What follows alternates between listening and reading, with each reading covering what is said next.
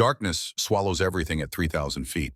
The kind of darkness that exists only in mountains forgotten by God and remembered only by men who make war.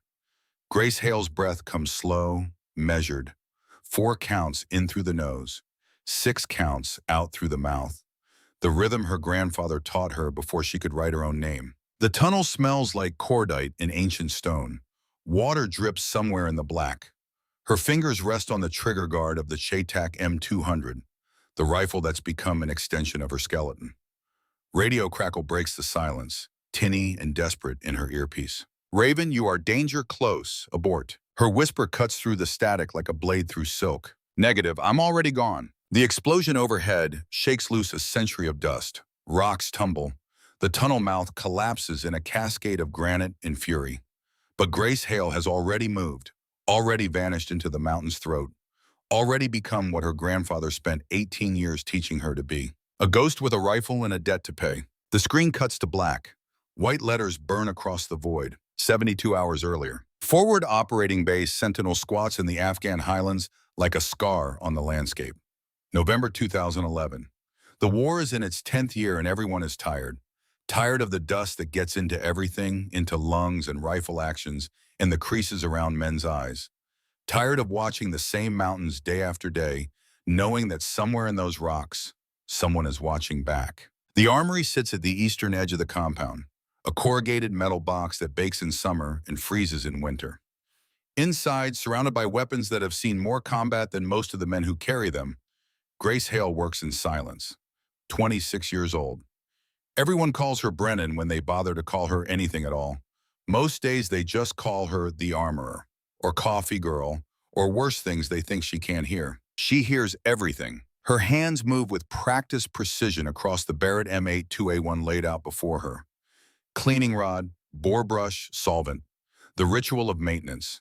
Each weapon in this armory is her responsibility, and she treats them with the kind of respect most people reserve for family heirlooms. In a way, they are family. Guns raised her more than people ever did. The door slams open hard enough to rattle the gun racks. Master Sergeant Eric Dalton strides in, 39 years old and built like he was carved from the same mountains surrounding the base. Behind him, 4 operators limp through the entrance, blood on their uniforms, exhaustion carved into their faces like erosion. "Brennan." Dalton's voice cuts through the room like a knife through flesh. "We need these rifles cleaned and zeroed. Now." She doesn't look up from her work. "Yes, Sergeant. And get us some coffee while you're at it. Real coffee, not that instant garbage." One of the other operators laughs, a sound like gravel in a cement mixer. "Come on, Barbie. Make yourself useful." Grace sets down the cleaning rod, slowly, deliberately. Then she stands and walks past them without a word, heading for the small kitchenette at the back of the armory. They always do this, every single time. 8 months she's been assigned to this unit. 8 months they've treated her like she's invisible. Or worse, like she's a mascot, a joke.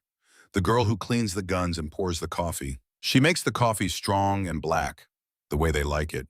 Brings it to them in silence while they complain about the mission, about the terrain, about equipment that somehow always fails them at the worst possible moments. These scopes are off. Dalton examines his rifle with the critical eye of a man who's spent 19 years behind a trigger. "How many times do I have to tell you? Precision matters." "The scopes are calibrated correctly, Sergeant." He looks at her like she just suggested the earth is flat. "Are you questioning my assessment?" "No, Sergeant." "Then fix them." She takes the rifles, all 5 of them, carries them to her workbench, and begins the process she's already completed twice this week. Checking zero, adjusting windage, confirming elevation. Everything is exactly where it should be. But she'll do it again because that's her job. Keep the weapons perfect. Keep her head down. And wait. Wait for what? She's not entirely sure anymore. But her grandfather taught her patience above all else. Patience and preparation. The 2 pillars of marksmanship, he used to say. The 2 pillars of life. The operators leave. The armory falls silent again except for the distant thrum of generators and the occasional crack of gunfire from the training range. Grace returns to her work, but her mind drifts the way it always does in these quiet moments. Back to Montana, back to the ranch, back to the old man who shaped her into something these men couldn't begin to understand. Her fingers pause on the cleaning rod.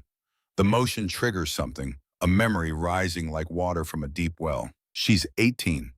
kitchen table covered in paper, equations sprawling across yellow legal pads like spider webs. Colonel Vincent Flint Hale stands beside her, 79 years old and still straight-backed as a rifle barrel. Retired Marine, Korea and classified Cold War operations, 63 confirmed kills across 2 wars, and 20 years of missions that remain sealed to this day. A weapon is honest. His voice comes back to her across the years. Gravel and whiskey and absolute certainty. People lie, weapons don't. You're going to the army tomorrow. They'll try to change you. Don't let them. Be invisible until you're not. He'd handed her a rifle that night. Not the hunting rifle she'd learned on as a child, but something else. Something he'd built with his own hands over months of meticulous work. Chaytak M200 intervention. Custom barrel, modified bolt. A scope worth more than most cars. This is for when invisible isn't enough anymore. For when the moment comes that only you can answer. You'll know it when you see it. She'd looked at him, at the lines carved into his face by decades of wind and war, at the gray eyes that saw through walls and lies, and all the comfortable stories people tell themselves. What if I'm not ready? He'd smiled then, rare and genuine. I've been training you since you were 8 years old. You've been ready for a decade. You just don't know it yet. Grace blinks. The memory dissolves. She's back in the armory, hands still on the cleaning rod, Afghanistan heat pressing down like a physical weight. She looks at the rifles lined up before her. Dalton's Barrett, 3 M24s, an M110. Good weapons, well maintained. She's made sure of that. But in the back corner, in auxiliary storage case 7, sits the rifle her grandfather built. The one she's been maintaining in secret for 8 months. The one no one knows exists because no one bothers to check her inventory logs. The one she's been waiting to use.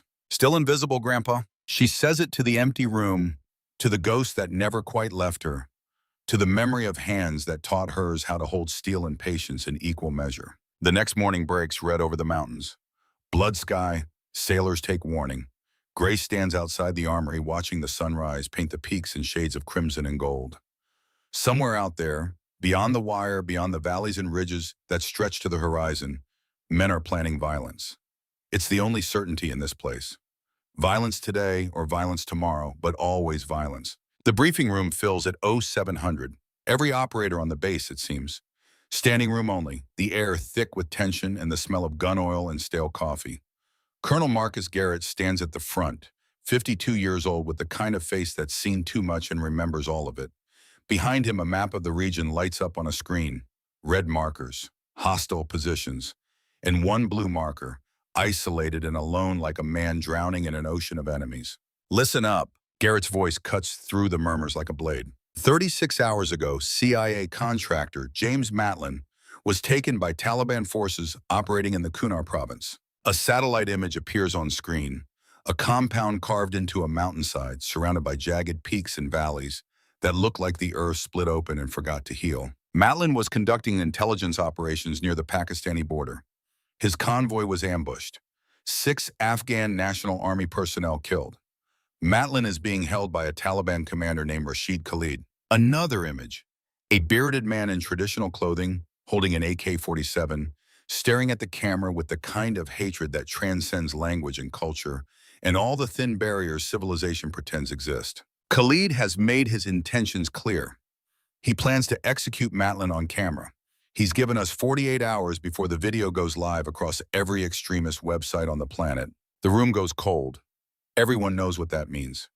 Not just for Matlin, but for American credibility, for morale, for the families watching at home who still believe their government can protect its people. We have no negotiation leverage. Garrett continues, his voice flat, delivering bad news the way surgeons deliver terminal diagnoses. Khalid isn't interested in prisoner exchange. He wants a propaganda victory. He wants to show the world that Americans die badly in his mountains. Master Sergeant Dalton speaks up from the front row. Rules of engagement, sir? Eliminate Khalid. Extract Matlin. No collateral damage to civilian structures. Garrett's jaw tightens, a muscle jumping beneath the skin. Command has denied airstrike authorization. Weather system moving in. Plus the compound is too close to a refugee settlement. One errant bomb and we create 50 more Khalids. He zooms in on the map, a ridgeline clearly marked. Then another position, nearly 3 miles away, across a valley that looks like God took a hammer to the landscape. Khalid is coordinating from this position. He moves constantly, never stays in one place more than 20 minutes. He knows we're watching, and he's positioned himself exactly 4,680 yards from our nearest possible overwatch position. Silence falls like a hammer. 4,680 yards, almost 2.7 miles. The kind of distance that exists in record books and war stories, not in actual operational reality. The kind of distance that makes even the best snipers shake their heads and walk away. Dalton, Garrett's eyes find the master sergeant. You're our best long-range shooter. What's your assessment? Dalton stands, moves to examine the map more closely. His face is stone, but Grace, standing invisible at the back of the room, can see the calculations happening behind his eyes. She's watched him shoot. He's good, very good. But 4,680 yards might as well be the moon. My personal record is 2,400 yards, sir. Confirmed kill, Helmand Province, 2009. He studies the terrain like a man studying his own execution warrant. 4,680 is outside the effective range of almost every weapon system we have available. Can you make the shot? The pause stretches too long. In that silence, Grace hears everything. The hum of the projector, someone's boot scuffing concrete, the distant sound of a helicopter somewhere beyond the walls, and underneath it all, her grandfather's voice, a whisper from across the years. When your moment comes, trust your training. I can try, sir. Dalton's voice brings her back. That's not what I asked. Yes, sir, I can make the shot. Garrett nods slowly, the gesture of a man sending someone to probable death and knowing there's no choice involved. You have 2 hours to get in position. After that, Khalid may move the hostage deeper into the cave system and we lose any chance of extraction. He looks around the room. Questions? No one speaks. What is there to say? It's a nearly impossible shot, but it's the only option they have. Dismissed. Dalton, select your spotter and equipment. Move out in 30 minutes. The room empties quickly. Operators heading to gear up, running through checklists, preparing for what might be a disaster. Grace stands to leave, but something roots her in place. She moves to the map instead, studying it while the room clears around her like water flowing past a stone. 4,680 yards. Her grandfather's record was 3,800. Classified mission, classified location, sometime in 1967. He'd never told her the details, but he'd shown her the calculations. Walked her through every variable. Made her understand what it took to send a bullet almost 2.5 miles and still hit exactly what you aimed at. She's dreamed about making a shot like that. Practiced the math. Calculated the tables. In civilian competitions across Montana, Wyoming, and Idaho, she'd won championships at distances that made military snipers shake their heads. 9 victories, 9 different names. Rachel Moore, Emma Blake, Sarah Cross. Aliases built to keep her invisible, to keep anyone from connecting the quiet armorer to the ghost who dominated every long-range competition she entered. But no one here knows that. No one asked. Something on your mind, specialist? She turns. Colonel Garrett stands alone now, arms folded, watching her with an expression she can't quite read. Behind him through the door, she can see Captain Marcus Reed, CIA liaison, 34 years old. He's watching her too, and there's something in his eyes. Recognition, maybe, or knowledge he shouldn't have. Permission to speak freely, sir. Granted. The Barrett M82A1, that's what Sergeant Dalton will use. It's our most powerful long-range platform. She keeps her voice level, professional, the way her grandfather taught her to sound when she knew more than the men giving orders. It's a .50 caliber, devastating impact, but at 4,680 yards, the round will be subsonic by the time it reaches target. Accuracy degrades significantly past 2,500 yards. Garrett's eyebrows rise slightly. You seem to know a lot about ballistics for an armorer. It's my job to know the capabilities of every weapon system on this base, sir. Fair enough. He turns back to the map. But that's what we have to work with, unless you've got a better suggestion. She does. Saying it out loud means crossing a line she's avoided for 8 months. Means making herself visible in a way that invites mockery, dismissal, or worse. Her grandfather's voice echoes in her memory, steady as a heartbeat. When your moment comes, trust your training. K7, sir. In auxiliary storage. Chaytak M200 intervention 408 caliber. I've been maintaining it as a backup long-range system. It's not as powerful as the Barrett, but it maintains accuracy at extreme distances. specifically designed for shots beyond 3,000 yards. Garrett studies her for a long moment, really looks at her, maybe for the first time since she arrived at FOB Sentinel 8 months ago. And you know this because I requested it 8 months ago when I arrived, for exactly this kind of scenario. Requested it for Dalton to use? The moment stretches out. Truth or lie? Safety or risk? Her grandfather's face appears in her mind, clear as yesterday. The day he handed her the rifle. The day he told her to be invisible until she wasn't. No, sir. His expression doesn't change, but something shifts in his eyes. The look of a man recalculating everything he thought he knew. Stand by, specialist. Don't go anywhere. He walks out, leaving her alone with the map and the awful weight of what she just implied. Through the door, she sees him approach Reed. They talk in low voices, Reed pulling out a tablet, showing Garrett something. Both men look back at her. Garrett's face goes very still. Grace turns back to the map.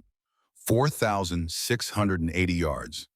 The distance between invisible and seen. Between the girl who pours coffee and the woman her grandfather spent 18 years creating. She touches the scar on her left hand, a white line across her palm from a fall when she was 12. Training day. She'd slipped on wet rock, cut her hand open on the rifle's bolt. Grandfather Flint had bandaged it without sympathy. Pain teaches what comfort never can. Remember this moment. Remember that excellence has a price, and the price is paid in blood, in patience, in hours no one else will ever see. She'd paid that price. 18 years of it. Every weekend. Every leave. Every spare moment. While other girls her age went to dances and football games, she calculated wind drift and Coriolis effect. While they learned to flirt and gossip, she learned to read mirage and compensate for barrel harmonics. Not because she wanted to be better than them, because her grandfather had looked at her at age 8, fresh from losing both parents in a highway accident outside Bozeman, orphaned and angry and lost, and said 4 words that changed everything. I can teach you. Teach me what? How to never be helpless again. Specialist Hale. Garrett's voice snaps her back to the present. He's returned with Reed beside him. Both men look at her differently now. Not with the casual dismissal she's endured for 8 months. With something else. Calculation. Assessment.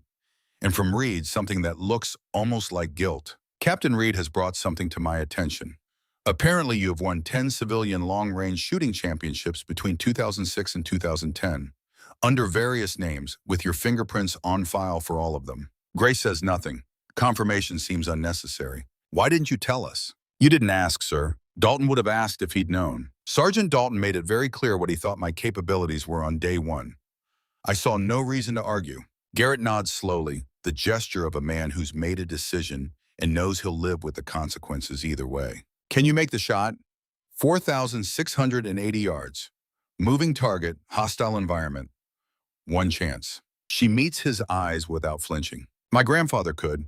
He taught me to do it better. Who was your grandfather? Colonel Vincent Flint Hale, United States Marine Corps, retired 1978. Korea and classified Cold War operations. 63 confirmed kills. Record shot 3,800 yards. Classified operation, 1967. The room goes very quiet. Reed's face has gone pale. Garrett just stares. Flint Hale trained you from age 8 until he died in 2009. Long-range marksmanship was his specialty, his legacy. He taught me everything he knew, and then he taught me to exceed it. Jesus Christ. Reed says it like a prayer. I knew Flint. He saved my life in East Berlin, 1968. 12 shots, 12 kills, surgical precision through windows and doorways, while I was pinned down by Stasi operatives. I've been looking for a way to repay that debt for 43 years. He looks at Grace with something approaching wonder. You're the granddaughter, the one he mentioned in his last letter to me. He said you were better than him, said the world would need you someday. Grace feels something crack in her chest. A letter. Her grandfather wrote to this man about her. Knew she'd be here in this moment, facing this choice. Of course he knew. Flint Hale saw around corners and through time. That's what made him legendary. Garrett makes his decision. Brennan, you get 1 attempt. If you miss, Dalton takes over and we call in the airstrike regardless of collateral damage. But we're running out of time and out of options. He pauses. You get 1 shot. Make it count. The words hang in the air like smoke. 1 shot. The story of her entire life compressed into 2 words. Her grandfather's philosophy, her training, everything she is. One shot is all I've ever needed, sir. 2 hours later, the observation post overlooks a valley that could be beautiful if it wasn't trying to kill everyone in it. Dalton lies prone behind the Barrett, eye to the scope, making micro adjustments that won't matter. His spotter calls out wind speed, direction, temperature, all the variables that matter at extreme range, and all the variables that add up to failure at this distance. Grace stands 30 feet back, technically there to support equipment it needs. Really there because Garrett ordered it. Dalton has tried 21 shots in the past 90 minutes, every single one a miss. 8 feet left, 40 feet short, 15 feet right.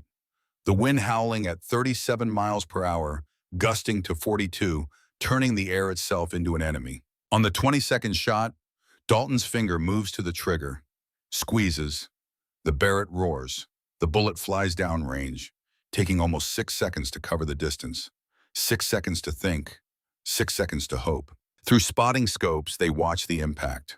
12 feet left of target, dust cloud where the bullet struck rock. God damn it! Dalton slams his fist into the stone beside him. I can't get a read on this wind. It's shifting every 3 seconds.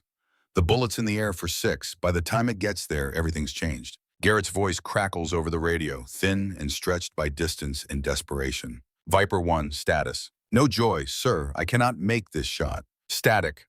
Then silence. The worst kind of silence. The kind that means an American is going to die on camera and there's nothing anyone can do about it. Grace moves forward, past the other operators, past the spotters, in the equipment, in the growing sense of defeat.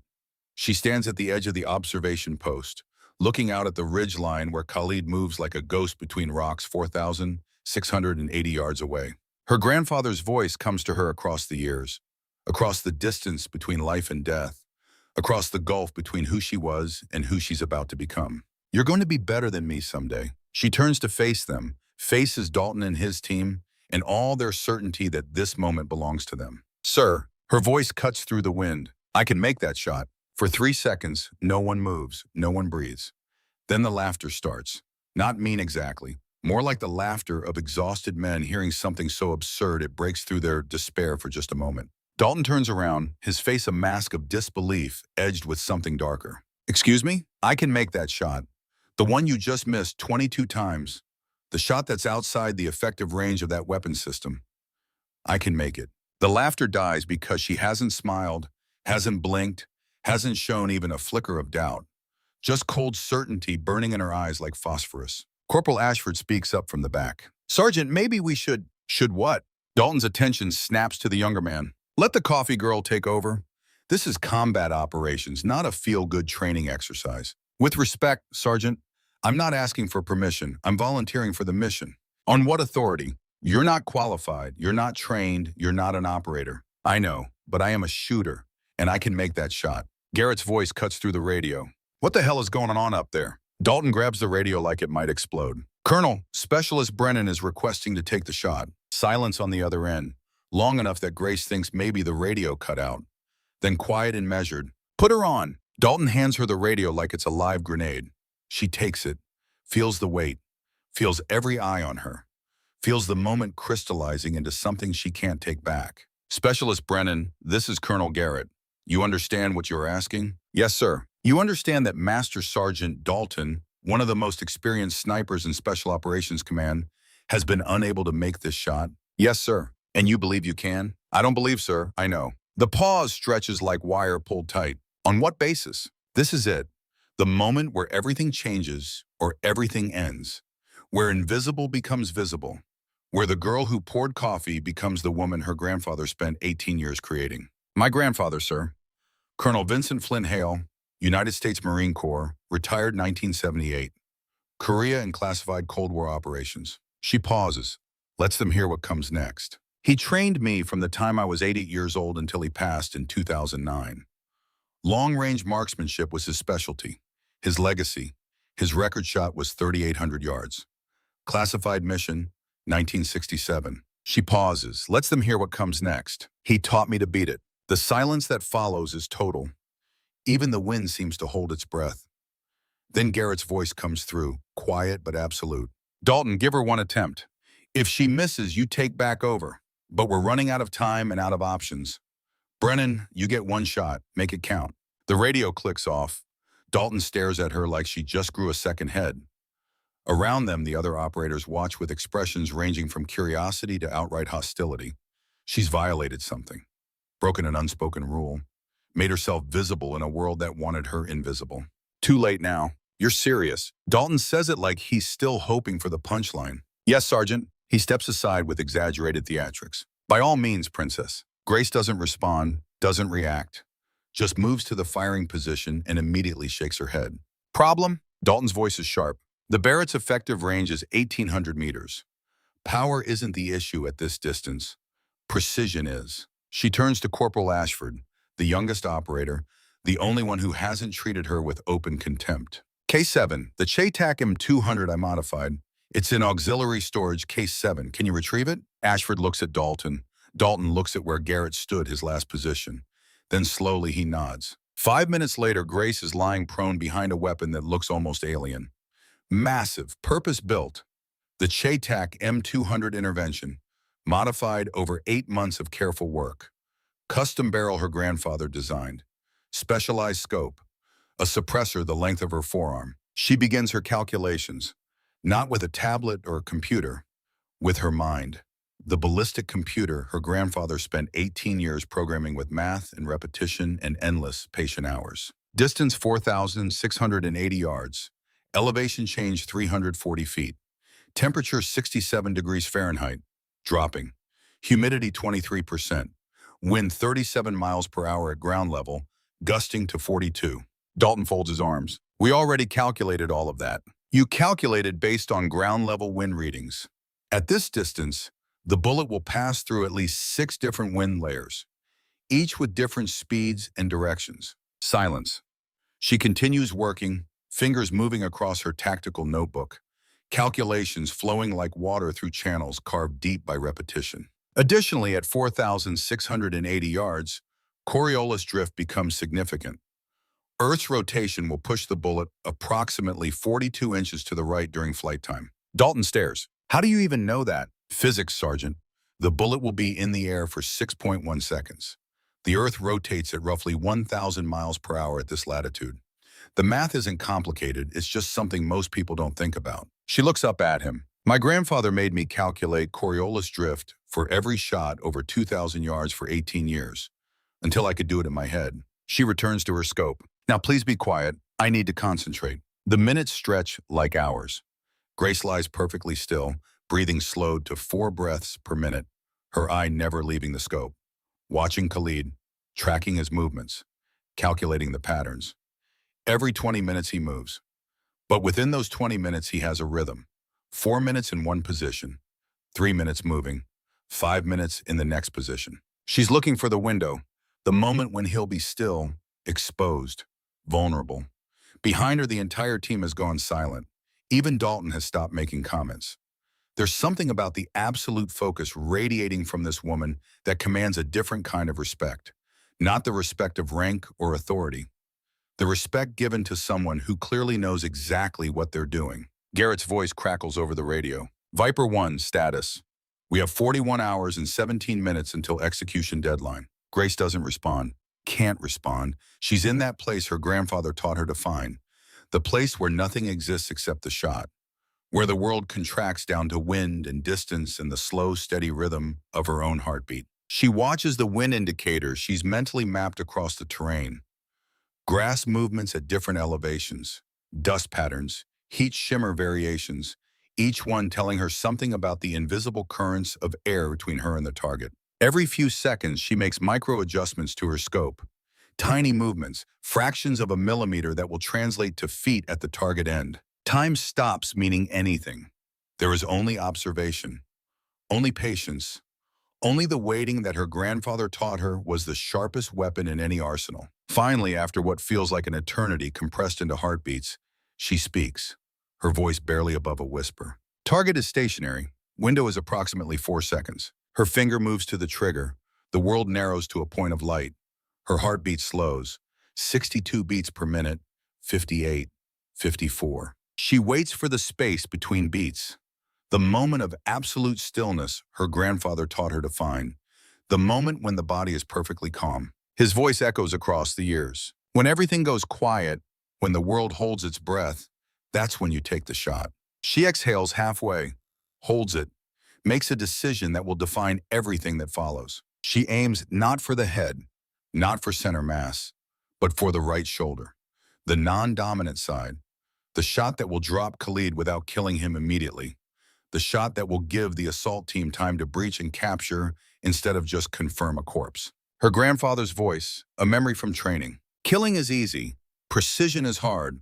Sometimes the hardest shot is the one that wounds exactly where you want it to. Grace squeezes. The Che-Tac roars. A .408 caliber bullet erupts from the barrel at 3,000 feet per second, spinning at 270,000 RPM, beginning its incredible journey through the Afghan sky. Grace doesn't move, doesn't breathe, counts in her head. 1. The bullet travels through the first wind layer, pushed slightly left, compensated by her initial aim adjustment. 2. Through the second layer, different wind direction, the bullet's path curves minutely.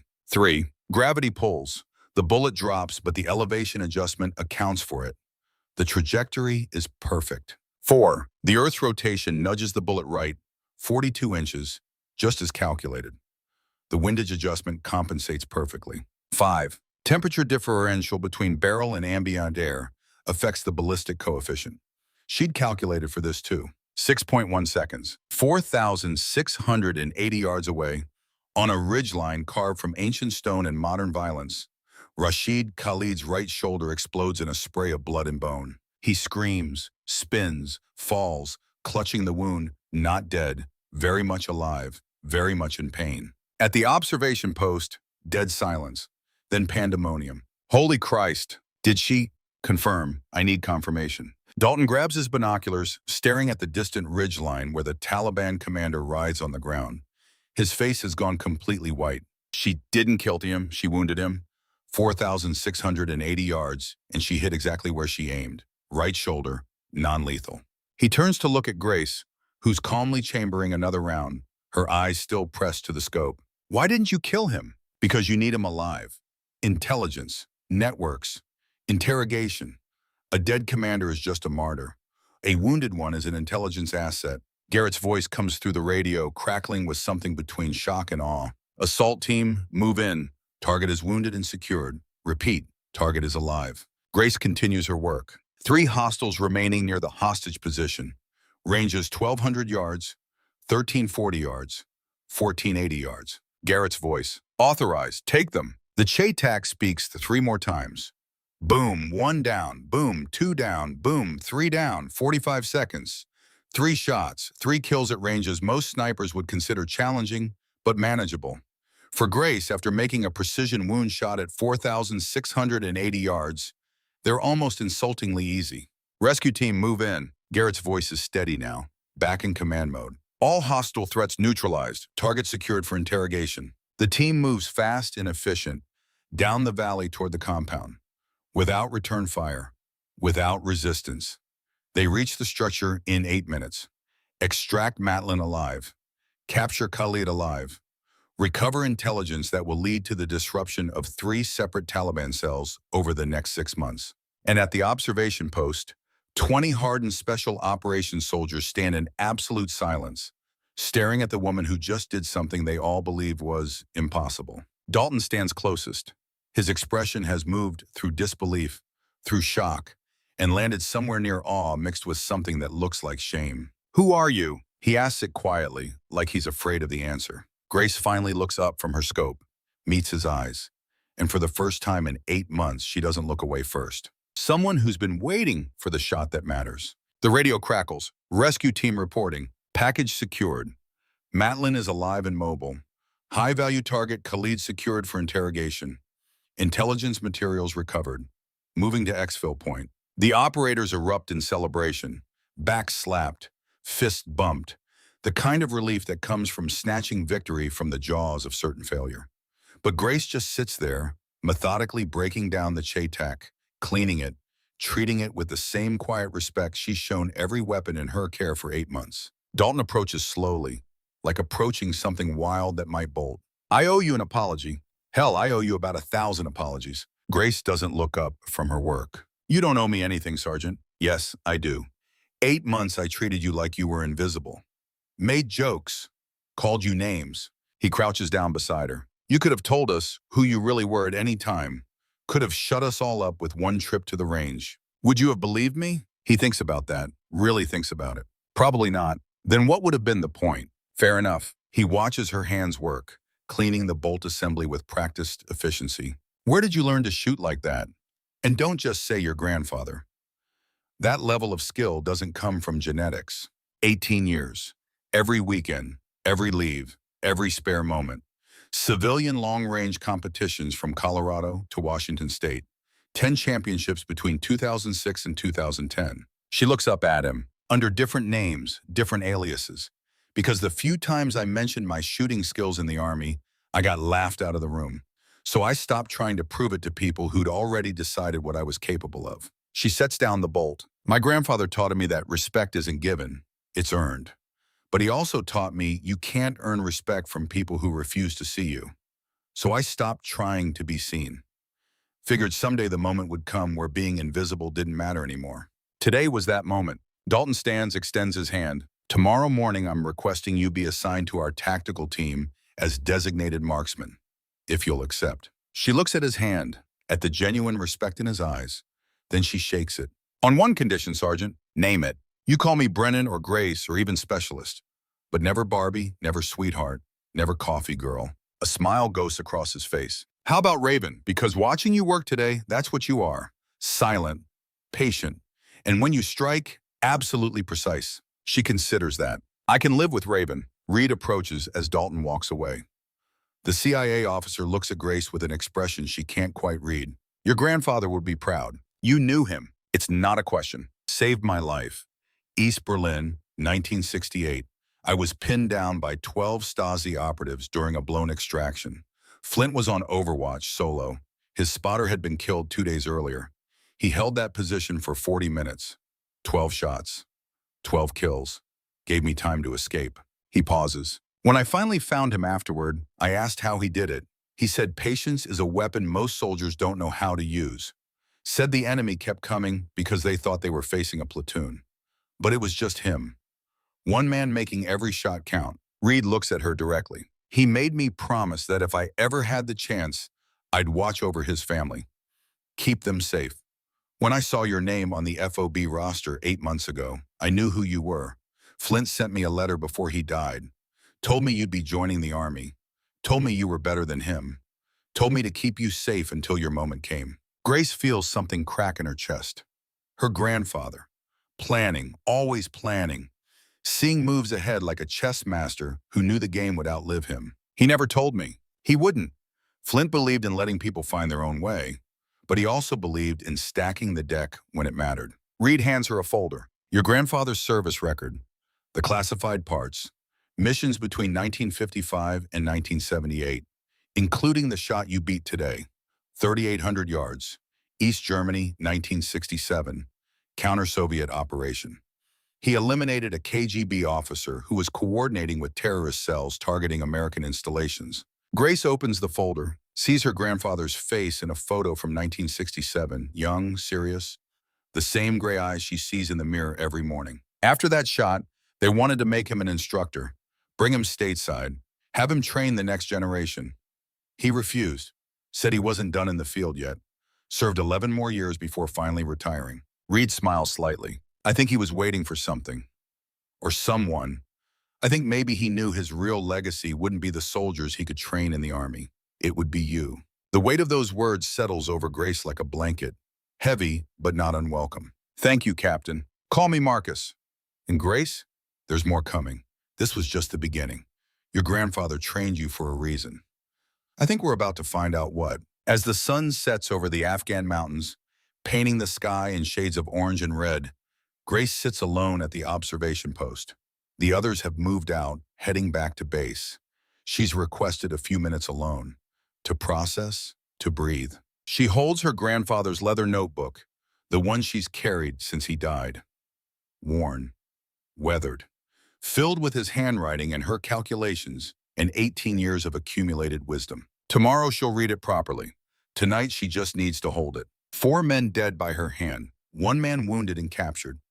leading to intelligence that will save dozens of American lives. The mathematics is simple, even if the emotions aren't. She closes her eyes and lets the Afghan wind wash over her. Somewhere in that wind, she swears she can hear her grandfather's voice. When your moment comes, trust your training. She had, and everything has changed. Grace stands, packs away the notebook, and begins the walk back toward base. The setting sun at her back, the weight of history on her shoulders. Behind her on that ridgeline 4,680 yards away, Khalid is being loaded onto a medical helicopter, alive because she chose precision over lethality. The war is far from over. The hard part is just beginning, but she's not invisible anymore. She's not the coffee girl or the armorer or the joke they dismissed for 8 months. She's the woman who made the impossible shot, the woman her grandfather spent 18 years creating, the woman who just changed everything with one perfect trigger, pull that chose intelligence over execution. And somewhere in whatever space exists beyond life, Colonel Vincent Flint Hale is smiling.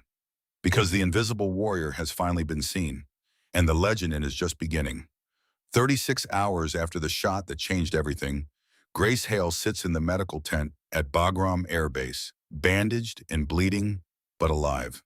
The shrapnel from the mortar strike caught her left shoulder. 3 pieces of Afghan rock now pulled from muscle and deposited in a steel tray beside the cot. The doctor, a captain with kind eyes and steady hands, tells her she's lucky. 2 inches to the right, and the carotid artery opens like a faucet. Grace doesn't feel lucky. She feels tired, bone tired, the kind of exhaustion that comes from holding your breath for 8 months and finally exhaling. Colonel Garrett stands at the entrance to the tent, silhouetted against the morning sun. Behind him, Captain Marcus Reed, and behind Reed, Master Sergeant Eric Dalton, looking like a man who's just watched his entire worldview collapse and is trying to figure out how to build a new one from the rubble. The mission was a success. James Matlin extracted alive, already on a C-130 back to Germany, then stateside, then home to a family that thought they'd be planning a funeral. Khalid captured alive, intelligence extracted, 3 cells disrupted within the month. In one shot, 4,680 yards.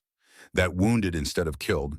That's already working its way through the intelligence community like wildfire through dry grass. Pentagon wants to meet you. Garrett's voice cuts through the antiseptic smell and the distant sound of helicopters. They're processing a Silver Star, fastest commendation approval in 40 years, and they want you transferred to Fort Bragg. Advanced sniper training, chief instructor. Grace shakes her head, the motion sending a spike of pain through her shoulder. I decline, sir. You can't decline a transfer. Watch me. Garrett's jaw tightens, but something in his eyes suggests he expected this. Why? Because my grandfather refused 7 promotions, refused instructor positions, refused everything that would make him visible. He said rank makes you a target, visibility makes you vulnerable. I'm invisible, he told me. The invisible stay alive. She looks at Garrett directly. I still have 16 months on my deployment. I finished what I started. Reed steps forward, pulling a folder from under his arm. The folder is red, the color that means classified, the color that means everything inside could end careers or start wars. There's another issue. He opens the folder. Photographs spill across the cot beside Grace. She recognizes the first image immediately. Dmitry Volkov, the Russian sniper who tried to kill her during exfil. Enemy advisor. Spetsnaz trained. Former Soviet military games champion. The man she chose not to kill. He escaped, chewed through zip ties, killed 2 guards with his bare hands, stole a vehicle. Local intelligence says he's already across the border into Pakistan. Dalton's voice is flat, professional, but underneath Grace hears something else. Concern, maybe. Or the recognition that mercy sometimes has a price. How? Grace keeps her voice steady. He's Spetsnaz. They're trained to escape from anything. Taught to see restraints as temporary inconvenience, not imprisonment. Reed pulls out another photograph. A piece of paper, words written in Cyrillic, photographed before the informant who delivered it disappeared into the tribal areas. He left a message. Our translator says it reads, "To the American woman, you spared me. I will not spare you. We will meet again. And next time I will not miss." Signed DV. The tent goes quiet. Outside, someone shouts orders. A truck backfires. The ordinary sounds of a military base conducting the ordinary business of war. But inside this tent, something else is happening. The moment where a surgical strike becomes personal, where a mission becomes a vendetta.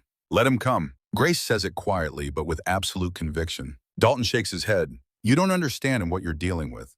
Volkov has been doing this for 30 years. He's not some Taliban fighter with an AK and a grudge. He's a professional, and you just made yourself his life's mission. I understand perfectly, Sergeant. I shot his scope, blinded him temporarily, humiliated him. In his world, that's worse than killing him. He has to respond or lose face. Grace shifts on the cot, ignoring the pain. My grandfather taught me that every shot has consequences. You can't put a bullet down range and pretend it doesn't change things. I made a choice. Now I live with it. Reed closes the folder but doesn't put it away. There's something else. Something Volkov doesn't know yet, but will find out eventually. He looks at Grace with an expression she can't quite read. Your background check came back. Or rather, it didn't. Grace Hale doesn't exist before 1993. The records say foster care, say group homes and social services. But when we dig deeper, the files are too clean, too perfect. Like someone built them to pass casual inspection, but not serious scrutiny. Grace says nothing. Her grandfather taught her that silence is often the best response. Let them talk. Let them fill the void with their own assumptions. What we did find were fingerprints, 10 different aliases, 10 championship wins at civilian long-range competitions. Rachel Moore, Emma Blake, Sarah Cross. Every single one of them is you. Reed pulls out one more photograph. This one older, faded, black and white. A little girl, maybe 8 years old, standing next to a man in marine dress blues. The man is Colonel Vincent Flint Hale. The girl is holding a rifle almost as tall as she is. Behind them, snow-covered mountains. Montana, winter, 1993. Records show Flint Hale adopted a child through private channels after both parents died in a highway accident outside Bozeman. No extended family. Court granted custody to Flint based on his military service and financial stability. Reed sets the photo down gently. But there's more. The adoption happened within 72 hours of your parents' death, unusually fast, and Flint had already converted his ranch to accommodate a child. Rifles scaled down, training materials prepared, like he'd been waiting. He pauses. Your grandfather knew your father, served with him briefly in 1984. When your parents died, Flint moved heaven and earth to get you, not out of obligation, out of purpose. He saw something in you. Or maybe he saw an opportunity to pass on what he knew to someone who'd really listen. Grace looks at the photograph. She remembers that day, remembers the cold, remembers being terrified of this stern old man who spoke in clipped sentences and expected her to shoot rifles taller than she was. He never talked about my parents, never talked about the adoption. Just started teaching me the day after the funeral. Reed's voice is gentle. Because talking wouldn't change anything. Teaching would. Flint understood that the best way to honor your parents was to make sure you never felt helpless again, to give you skills that couldn't be taken away. Grace feels tears threatening, but pushes them back. He told me once that helplessness is a choice, that as long as you can think and act, you're never truly powerless. He spent 18 years proving it. Reed nods, and he was right. But Grace, there's something else you need to know. Something about Volkov, about why he's doing this. He pulls out more photographs, older, Korean War era, black and white images of men in winter gear, mountains in the background. Your grandfather's service record mentions 63 confirmed kills. But one of those kills had a name that matters, Captain Yuri Volkov, Soviet military advisor attached to Chinese forces. November 1952, Chosin Reservoir. Range 2,100 meters. Your grandfather shot him while he was coordinating a Chinese assault on trapped Marines. Reed sets down a photograph, a man in Soviet uniform. The resemblance to Dmitry Volkov is unmistakable. Dmitry's father. He was 5 years old when Flint killed his dad. Spent his whole life training to be a sniper because of it. Became the best in the Soviet military. And now he knows who you are. Knows your Flint Hale's legacy. Grace stares at the photograph. Her grandfather killed this man 70 years ago. And now, decades later, the son wants revenge. The cycle of violence turning like a wheel, crushing everyone caught in its rotation. My grandfather never mentioned him. He killed 63 men across 2 wars. I doubt he remembered every face. But Dmitry remembers. And for him, killing you isn't just professional. It's personal. It's completing a blood debt that started before you were born. The weight of history settles on Grace like snow, heavy and cold and inescapable. Her grandfather's war becoming her war, his enemies becoming her enemies. The inheritance she never asked for but can't refuse. Where is he now? Vanished. Tribal areas probably. He's got connections with Russian intelligence, access to resources we can only guess at. He could be anywhere. Reed stands, which is why you need to accept the transfer. Get stateside. Let us handle Volkov. No, Grace's voice is absolute. He'll follow me. You know he will. Better to face him here where I have support than in Montana where I'm alone. Reed starts to argue but stops. He's a professional. He recognizes when someone has made a decision that can't be changed. Then we do this smart. We set a trap. Use you as bait but on our terms. He pulls out another map. There's a mission. High-value target in the Korengal Valley. We leaked intelligence that you'll be the shooter. If Volkov is listening, and he is, he'll come. Grace looks at the map, sees the terrain, sees the trap within the trap. When? 72 hours. She nods. I'll be ready. After Reed leaves, Dalton enters. He looks older somehow, like the last week has aged him years. My son contacted me. Jake, he's 24, lieutenant, infantry officer at Fort Campbell. Grace waits. He asked about you.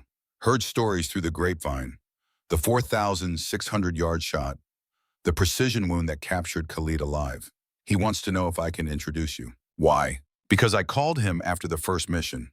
Told him I watched someone do the impossible. Told him that everything I thought I knew about warfare was wrong. That skill matters more than size. That patience beats aggression. That I'd been an arrogant fool for 19 years. Dalton sits heavily. He said it was the first time he ever heard me admit I was wrong about anything.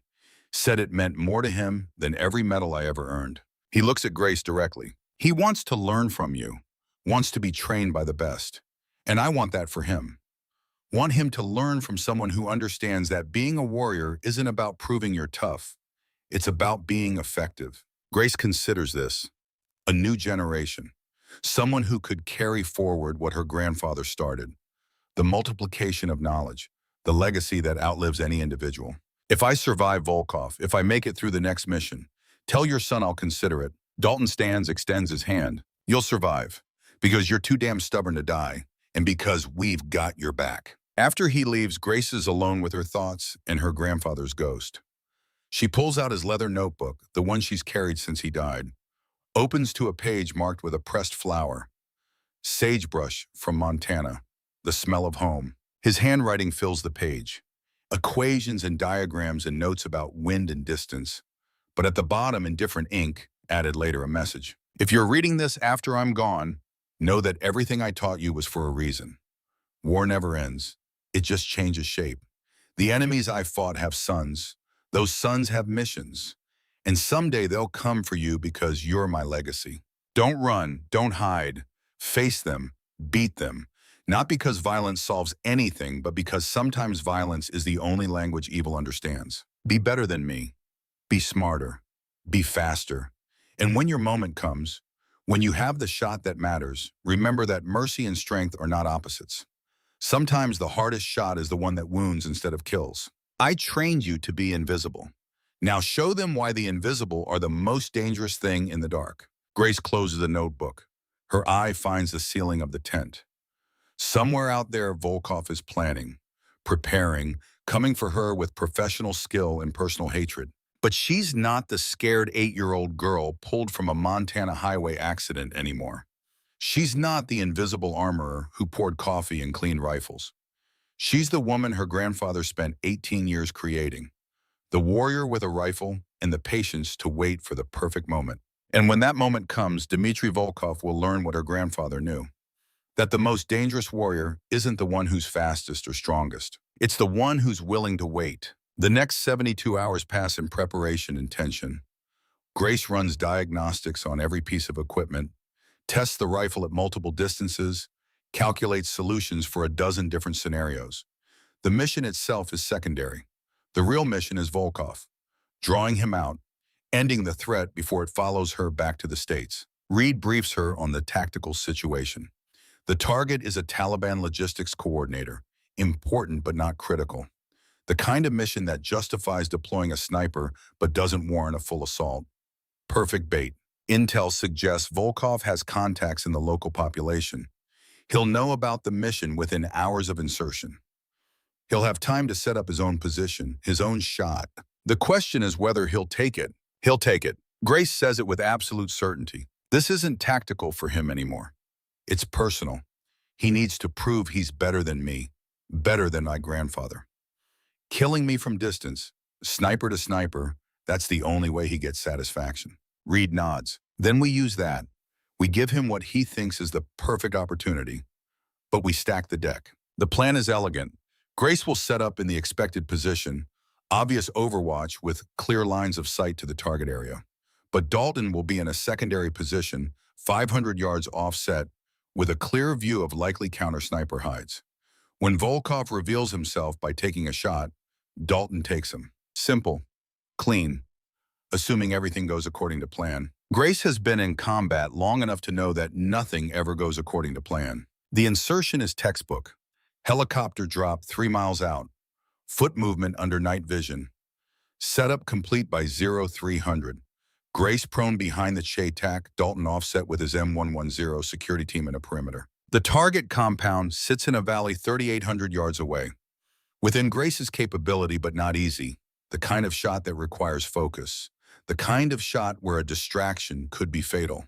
The sun rises red over the mountains. Grace watches through her scope as the compound comes to life. Guards moving. Smoke from cooking fires. The ordinary routines of people who don't know that death is watching from miles away. And somewhere in those mountains, Volkov is watching too, waiting for his moment. Hours pass. The heat builds. Mirage starts dancing off the rocks, making the air shimmer and twist. Grace adjusts for it, compensating for the optical distortion. Her breathing stays steady, heart rate low, the waiting that is most of what she does. Reed's voice in her earpiece. Target acquired. Positive ID. You have the shot when ready. Grace finds the man in her scope. Confirms identity against the photographs.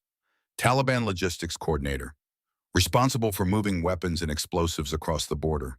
Blood on his hands even if he's never pulled a trigger. But she doesn't take the shot. Not yet. Because this isn't about him. This is about drawing out Volkov. And if she completes the mission too quickly, he might not reveal himself. So she waits. Lets the target move. Lets time stretch. Creating the window Volkov needs to think he can exploit.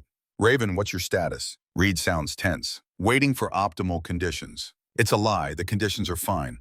But Volkov doesn't know that. 30 minutes later, movement catches Dalton's scope. A glint of light from a ridgeline 1,800 yards to Grace's north. The telltale reflection of sunlight off a scope lens. Amateur mistake. Or deliberate. A way of saying I'm here. I see you. Let's dance. Dalton's voice barely a whisper. Contact. North Ridge, 1,800 yards. Assessing. Grace doesn't move. Doesn't respond. Just keeps her scope on the target. Waiting. It's him, Dalton confirms. Positive ID on Volkov. He's setting up. Looks like he's ranging you, not the target. Grace's heart rate stays steady. This is what she expected. What she planned for. Volkov isn't here for the Taliban coordinator. He's here for her. Can you take him? A pause, then Dalton's voice frustrated. Negative. He's got defilade. I can see his position, but not a clean shot. He's smart. Knows we might have counter-sniper. Grace processes this. Volkov is too professional to give them an easy kill, which means she has to give him what he wants. Has to take her shot, expose herself, and trust that Dalton can capitalize when Volkov commits. Taking the shot, her voice is calm. Stand by for target of opportunity. She finds the Taliban coordinator in her scope, calculates the solution. Wind, distance, temperature, all the variables that matter. And then, deliberately, she misses. Not by much, just enough. The bullet impacts 3 feet to the left, close enough that the target knows someone just tried to kill him. Close enough that Volkov knows she's committed. The coordinator runs for cover. Grace tracks him, fires again, another near miss, making herself look desperate, making Volkov think she's off her game. And then she does what Volkov expects. She adjusts position, shifts 3 feet to the right to get a better angle, exposes herself for just a moment. Volkov takes the bait. His rifle cracks. The bullet screams past Grace's head, missing by inches. She doesn't flinch, doesn't move, just stays in position. Because now Volkov is exposed, committed to his firing position, and Dalton has the angle. Target acquired. Dalton's voice is ice cold. On your command. Grace doesn't hesitate. Execute. Dalton's M110 speaks once. 1,800 yards. Not an extreme shot for him, but not easy either. The bullet flies true. Impact. But not a kill. Volkov's position erupts in rock chips and dust. He's hit, but not down. And now he's moving. Fast. Professional. Breaking contact the way Spetsnaz are trained. He's running, heading north into the rocks. Dalton reports, I can't track him. Lost visual. Grace makes a decision that will haunt her later. She abandons the mission, abandons the target, focuses everything on Volkov. This ends here, today, or it follows her forever. I'm moving to pursue. Negative. Reed's voice sharp. That's not the mission. The mission just changed. Grace is already up, rifle slung, pistol drawn, moving into the rocks where Volkov disappeared. The security team trying to keep up, but she's faster, driven by something beyond tactics, beyond strategy. This is personal now. Grandfather versus father, legacy versus vengeance. The ending that was written 70 years ago at Chosen Reservoir finally playing out in these mountains. She tracks blood. Dalton's shot hit. Not fatal, but meaningful. Volkov is wounded, bleeding, and wounded predators are the most dangerous kind. The terrain turns brutal. Rocks and scree, and drops that could kill you just as dead as a bullet. Grace moves like her grandfather taught her, fast when the ground allows, slow when it doesn't, always thinking 3 steps ahead. She finds him in a depression between 2 boulders, bleeding from his left shoulder, rifle beside him but his hands empty, waiting. He looks at her with eyes that have seen too much and forgotten nothing. So you found me. Flint, Hale's granddaughter, the woman who shoots from 3 miles away. His English is accented but clear. You're very good. Better than I expected. Maybe better than your grandfather. Grace keeps her pistol trained on him. Doesn't respond. My father died before I could remember his face. All I have is his uniform, his medals, and the story of the American sniper who shot him from a mountain while he coordinated the defense of his position. Volkov coughs, blood on his lips. I became a sniper because of that story, became the best in the Soviet army. And then the Soviet army ended, and I became this, a mercenary, a gun for hire. But I never forgot. Grace finally speaks. My grandfather killed your father in war. Soldier to soldier. There's honor in that. Volkov laughs. The sound is bitter. Honor. Yes. Your grandfather was honorable, killed cleanly, from distance, professional. He looks at her directly. But you spared me, humiliated me, shot my scope instead of my head. You made me weak, made me nothing. That is worse than killing. Grace understands then, this isn't about revenge for his father. It's about revenge for himself, for the shame of being bested, for the wound to his pride that cuts deeper than any bullet. So what now? You kill me and prove you're better? Then what? You're still wounded, still bleeding. My team is coming. You might get your revenge, but you won't survive it. Volkov nods slowly. I know. But some debts must be paid regardless of cost. His hand moves toward his rifle. Fast. Professional. Grace fires. 3 rounds center mass. The pistol kicks in her hand. Volkov jerks with each impact. Falls back against the rock. But he's smiling. Good. Clean. Professional. Like your grandfather. Blood spreads across his chest. His breathing shallow. Tell me something. That shot. 4,680 yards. The one that wounded instead of killed. Could your grandfather have made it? Grace kneels beside him. Keeps the pistol ready, but knows he's done. I don't know. Maybe, but I didn't make it because of him. I made it because intelligence matters more than body count. Because precision serves purpose. Volkov coughs again, more blood. That is the difference between us. I fought for pride. You fight for mission. His eyes start to glaze. Your grandfather would be proud. And then he's gone. Dmitry Volkov, son of Yuri, hunter who became the hunted. The cycle of violence complete. Or maybe just paused until the next generation picks up the weight. Grace sits back, breathing hard, not from exertion, from the weight of what just happened.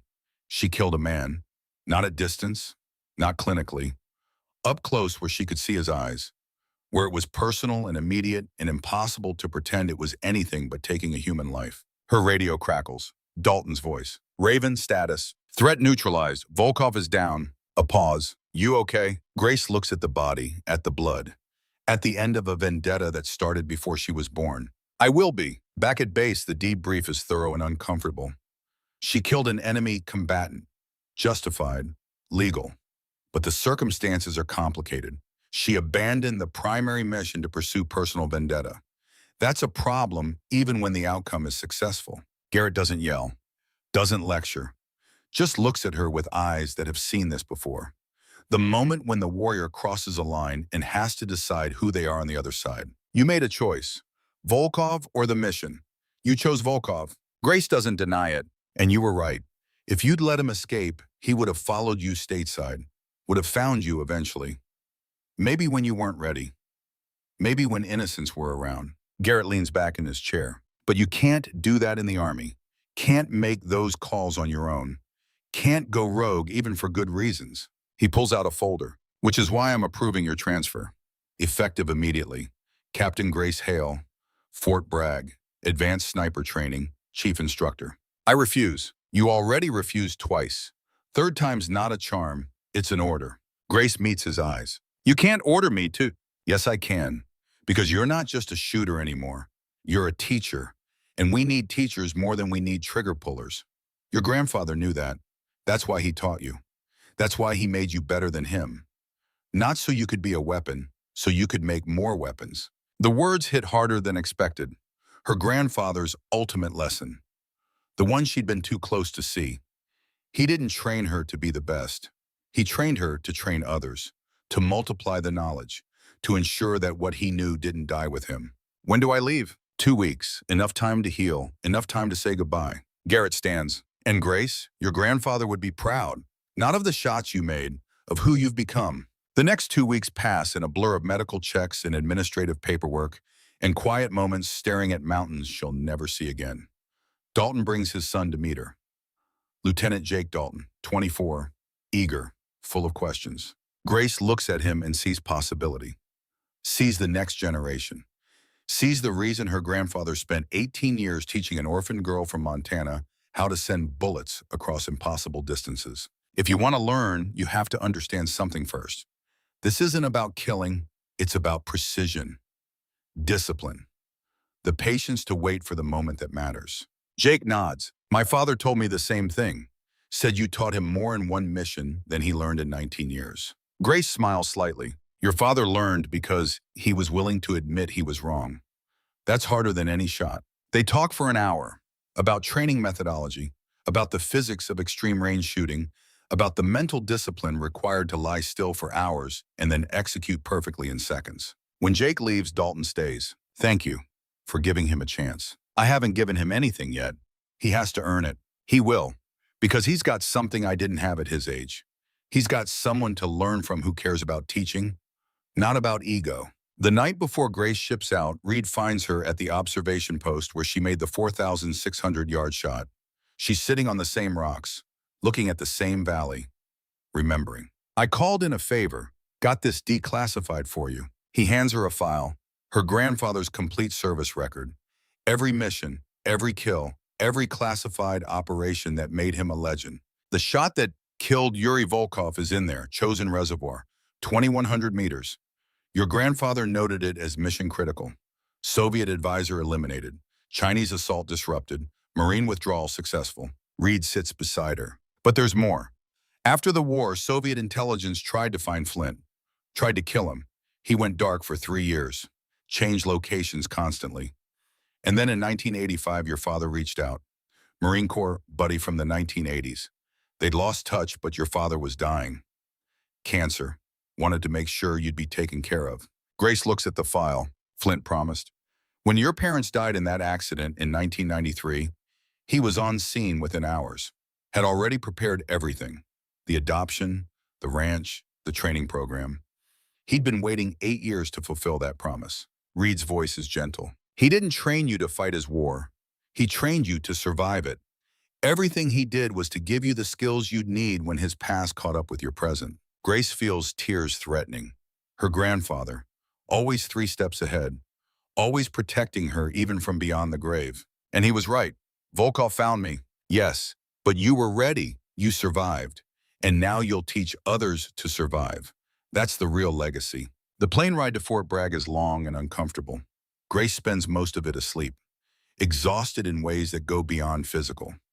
The kind of tired that comes from 8 months of being invisible and then 2 weeks of being the most visible person on base. She wakes as they descend, looks out the window at North Carolina spread below, green and ordered and nothing like the mountain she's leaving behind. A new chapter, a new mission, not pulling triggers but teaching others how to pull them, not being invisible but creating others who understand the power of patience. Her grandfather's legacy, multiplied, amplified, continuing long after his death and hers. The plane touches down. Grace steps onto American soil for the first time in 16 months. The air smells different, cleaner, safer. But she knows that safety is an illusion. War finds everyone eventually. Her grandfather knew that, taught her that. And now she'll teach it to the next generation, not to make them afraid, but to make them ready. Lieutenant Jake Dalton is waiting at the base of the stairs. Beside him, a major she doesn't recognize. Silver oak leaves, serious face, the look of command. Major Elizabeth Stone, I run the advanced sniper program. Welcome to Fort Bragg, Captain Hale. They shake hands. Your reputation preceded you. 4,680 yards. Precision wound shot that captured a high-value target alive. The Pentagon is very interested in how you did what you did. Grace shoulders her bag. With respect, ma'am, it wasn't magic. It was 18 years of training by the best teacher I could have had. Major Stone nods. Then I look forward to you teaching us those lessons. We have 40 students waiting. All of them need to be better. All of them need what you have. As they walk toward the building that will be Grace's new home, Jake falls in beside her. Thank you for accepting me into the program. Don't thank me yet. You haven't seen what the training looks like. My father warned me, said you'll push me harder than anyone has, said you'll make me want to quit 100 times. Grace smiles slightly. Your father learned fast. They reach the building. Grace stops, looks back at the airfield, at the sky that connects this place to the mountains she left behind, to the war that continues whether she's there or not. Her grandfather's voice comes to her one last time. The war never ends, but neither do the warriors. Teach them well, make them better than you, and when your time comes, know that the legacy continues. Grace turns, walks into the building, into the future her grandfather built for her. The invisible warrior has come home, and the lessons begin. Fort Bragg looks nothing like Afghanistan. The grass is too green, the air too clean, the buildings too permanent. Grace Hale stands at the edge of the sniper range, watching 40 students run through basic drills. Most of them are struggling with shots at 800 yards, distances she could make in her sleep when she was 16. 6 months since she left the mountains. 6 months since Volkov bled out on Afghan rock. 6 months of teaching men and women who think they understand what it takes to send bullets across impossible distances. They don't. Not yet, but they will. Major Elizabeth Stone approaches from the admin building. 52 years old, 28 years in service. She runs the advanced sniper program with the efficiency of someone who learned leadership in places where mistakes cost lives. Captain Hale, we have a situation. Grace turns from the range. Ma'am, Lieutenant Jake Dalton failed his first qualification test. 800-yard moving target, missed by 6 feet twice. Stone's voice is neutral, but Grace hears the unspoken question. Is the Master Sergeant's son getting special treatment? Does he belong here? What do you recommend, ma'am? Stone studies her for a moment. I recommend you do what your grandfather would have done. Push him harder or cut him loose. No middle ground. Yes, ma'am. After Stone leaves, Grace walks to where Jake is breaking down his rifle. The young lieutenant's face is a mask of frustration and shame. Around him, other students are succeeding, making shots he can't, living up to expectations he's failing. Grace knows that look, wore it herself once, the day her grandfather made her shoot 1,000 rounds at a target she couldn't hit. Made her understand that failure isn't the enemy. Quitting is. Walk with me. She doesn't wait for his response, just starts walking toward the far end of the range, away from the other students, away from the eyes that are watching to see if Eric Dalton's son gets special treatment. They walk in silence for 5 minutes, finally reach a berm that overlooks the entire facility. Grace sits on the ground. Jake hesitates, then joins her. Your father told you I'd make you want to quit. Yes, ma'am. Are you ready to quit? The question hangs there, direct, uncompromising. The kind of question that demands an honest answer. No, ma'am. But I'm not good enough. The other students are beating me. I'm the worst shooter in the class. Good. Jake looks at her, confused. Ma'am, you're the worst shooter right now. That means you have the most room to improve. That means you have to work harder than everyone else. That means when you finally succeed, you'll appreciate it more than the ones it came easy to. Grace picks up a handful of dirt, lets it sift through her fingers. My grandfather made me shoot at targets I couldn't hit for 6 months. 6 months of failure. 6 months of missing. 6 months of wanting to quit. And then one day the target wasn't impossible anymore. It was just difficult. And a month after that, it was routine. She looks at Jake directly. You failed today. You'll fail tomorrow. You'll fail for weeks, maybe months. The question isn't whether you fail. The question is whether you keep showing up after you fail. Jake is quiet for a long moment. My father said you made a 4,600-yard shot. First try, perfect. Grace almost laughs. First try? I made that shot 10,000 times before it mattered. Every weekend for 18 years. Every spare moment. Your father saw one shot. He didn't see the 18 years of preparation. She stands, brushes off her uniform. You're not competing with the other students. You're competing with yourself yesterday. Be better tomorrow than you are today. Do that every day for a year and you'll be better than 90% of the shooters in the Army. Can I ask you something, ma'am? Go ahead. Why did you accept me into the program? My father pulled strings. We both know it. Grace considers the question. The honest answer is complicated. But Jake deserves honest. Your father learned humility. He learned that being wrong doesn't make you weak, that admitting mistakes makes you stronger. Those lessons are harder to learn than marksmanship. She pauses. And because my grandfather taught me that passing on knowledge matters more than hoarding it. Your father asked me to teach you. I said yes because I believe you can learn.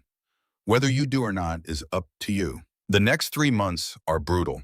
Grace pushes the entire class harder than any sniper training in Army history.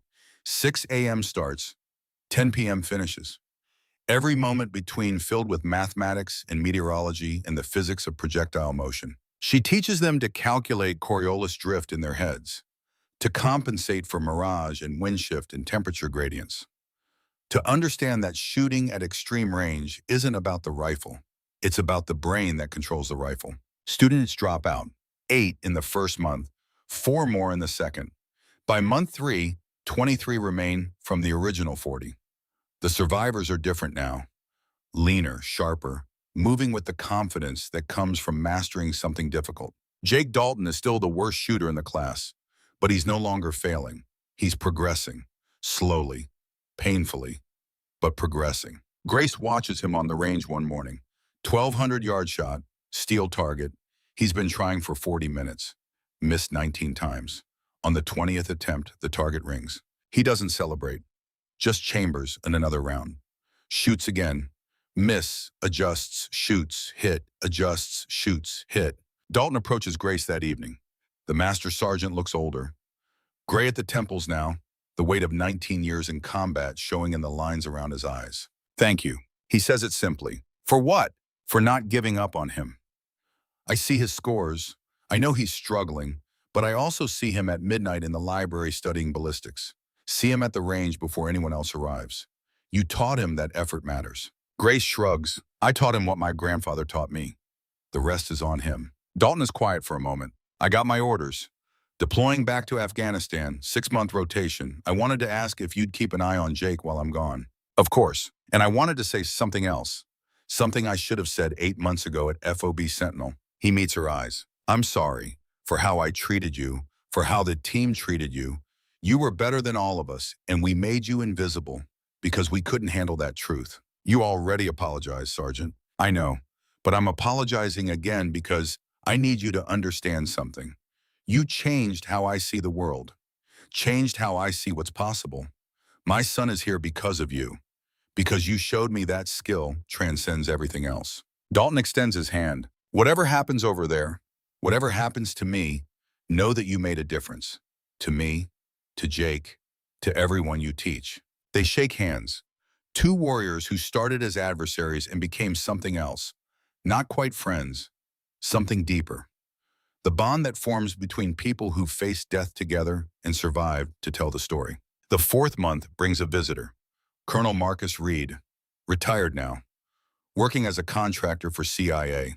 He arrives unannounced on a Tuesday morning, finds Grace on the range. Captain Hale. Captain Reed? Or is it just Marcus now? Just Marcus. The uniform doesn't fit anymore. They walk together, away from the students, away from the noise of rifles and the ring of steel targets. I came to give you something your grandfather wanted you to have, but couldn't give you while he was alive. Reed pulls out a small box, wooden, worn, the kind of box that holds things too important to trust to anything fancy. Flint sent this to me 3 months before he died, with instructions to give it to you after you'd completed your first tour as an instructor. Grace opens the box, inside a medal, silver, tarnished with age, Korean service medal, her grandfather's, and beneath it, a letter, handwritten, his distinctive script. She unfolds the letter with hands that aren't quite steady. The letter reads, "If you're reading this, you've survived, you've made the shots, you've faced the enemies, you've done what I trained you to do.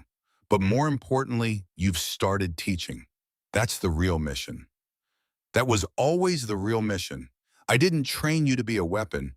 I trained you to be a teacher, to multiply what I knew, to ensure that when I'm gone, the knowledge continues. You're not my final achievement. The people you teach are. Every student who learns from you carries forward what I learned in Korea and Berlin and all the classified operations between.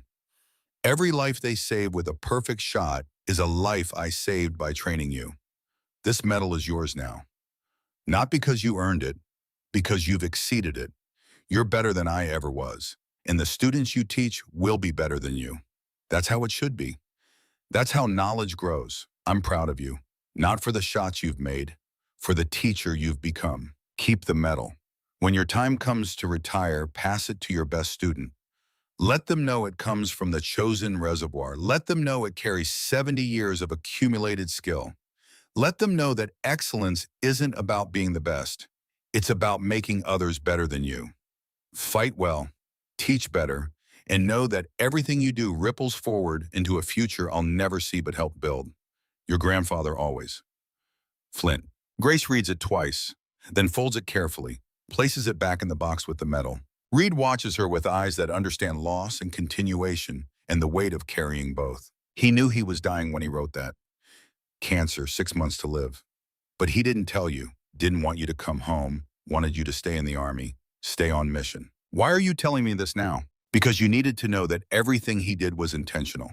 The training, the secrets, sending you into the Army instead of keeping you safe. All of it was preparing you for this moment, teaching the next generation. Reed pauses. And because there's a problem, something Flint knew was coming but couldn't tell you about directly. Grace waits. The Volkov family. Dmitri had a brother, Alexei, former FSB, current whereabouts unknown. Intelligence suggests he's been asking questions about you, about what happened to Dmitri. Grace feels something cold settle in her stomach. Another cycle, maybe, or maybe just information gathering. We don't know yet, but I wanted you aware. Your grandfather fought the father. You fought the son. I'm hoping it ends there. Grace looks at the box in her hands, at the medal her grandfather earned 70 years ago in frozen Korean mountains, at the letter that explains everything. If Alexei comes, I'll be ready. I know you will. But Grace, you don't have to face him alone. You have resources now, support, an entire program of snipers who would stand with you.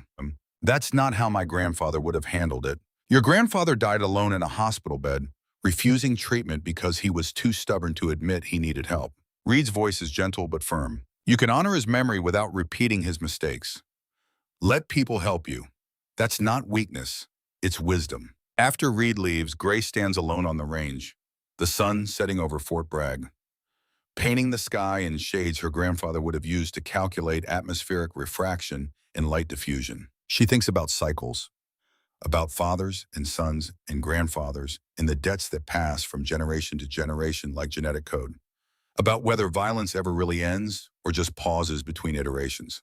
The answer comes from memory, her grandfather's voice, steady as stone. Violence ends when someone chooses to end it, but choosing peace doesn't mean being unprepared for war. It means being so prepared that war becomes unnecessary. That night, Grace dreams. Not the nightmares that plagued her first months back. Not Volkov bleeding out or Khalid falling or any of the men she's killed. She dreams of the ranch in Montana, of steel plates ringing at impossible distances, of her grandfather's voice calling corrections, of a childhood that was simultaneously hard and perfect. She wakes at 0400, old habits, dresses in darkness, runs 5 miles before the sun rises. By the time the students arrive at 0600, she's already on the range, already set up, already waiting. The training continues. Month 5 brings the qualification test, the one that separates actual snipers from people who are just good shots. 36-hour field exercise. Stalk and hide and wait. Make one shot at unknown distance under field conditions. Miss and you fail. Simple, brutal, fair. Jake Dalton draws the hardest assignment. Target at 3,200 yards. Wind gusting to 40. Temperature inversion creating severe mirage. Time limit 4 hours to find position, range target, calculate solution, and execute. Grace watches from the observation post. Can't help him. Can't coach him. Can only watch and see, but if everything she taught him took root. 2 hours pass. Jake has found his position. Good choice. Elevated, clear sight line, defilade from counter-observation. Her grandfather would approve. Hour 3. He's taking wind readings, plotting them, calculating the solution. Grace can see his lips moving, running the math, the equations she drilled into him until they became automatic. Hour 4, 10 minutes remaining. Jake settles behind his rifle, breathing slows, heart rate drops. Everything Grace taught him about the marksman's trance. 5 minutes. He's waiting, not rushing, understanding that the right shot is worth waiting for even when time is running out. 1 minute. He fires. The bullet flies. 3,200 yards. 4.6 seconds of flight time. Grace doesn't breathe, doesn't move, just watches through the spotting scope.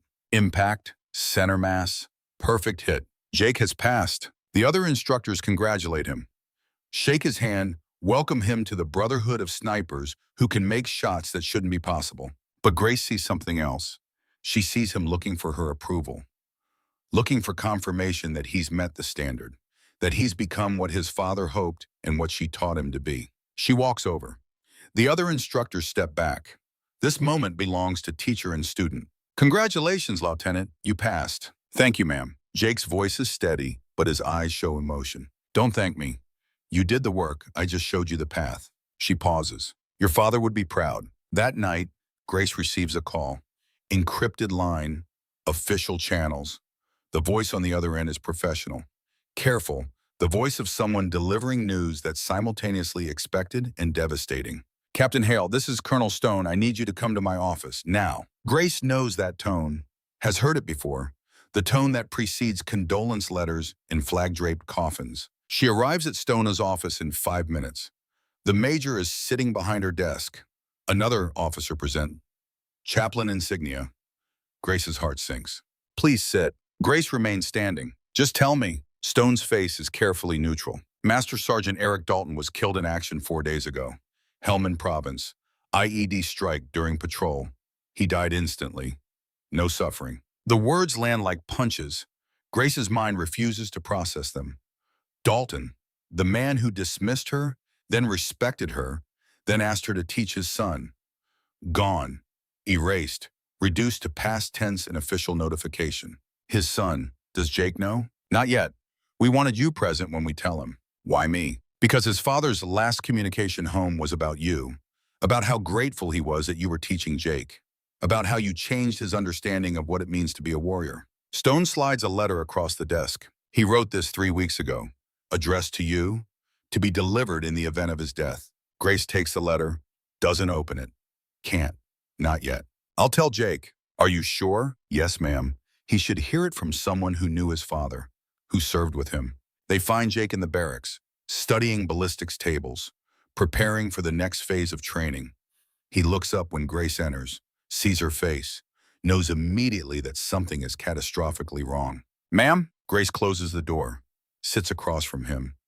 There's no easy way to do this, no gentle path, just the brutal truth delivered as kindly as possible. Your father was killed 4 days ago. Afghanistan, IED. He didn't suffer. Jake's face goes blank. Shock. The mind's circuit breaker tripping to prevent overload. Grace has seen this before. The moment when reality becomes too much and the brain just stops processing. No, it's barely a whisper. I'm sorry, Jake. He was a good man, a good soldier, and at the end, a good father. She slides Dalton's letter across the table. He wrote this for me, but I think you should read it first. Jake takes the letter with shaking hands, opens it, reads. Grace watches emotions cascade across his face. Grief, pride, loss, love. Finally, he looks up. He says he was wrong about everything. Wrong about what makes a good soldier. Wrong about strength and skill and who deserves respect. He says you taught him that in one mission. Jake's voice breaks. He says the best thing he ever did was ask you to teach me.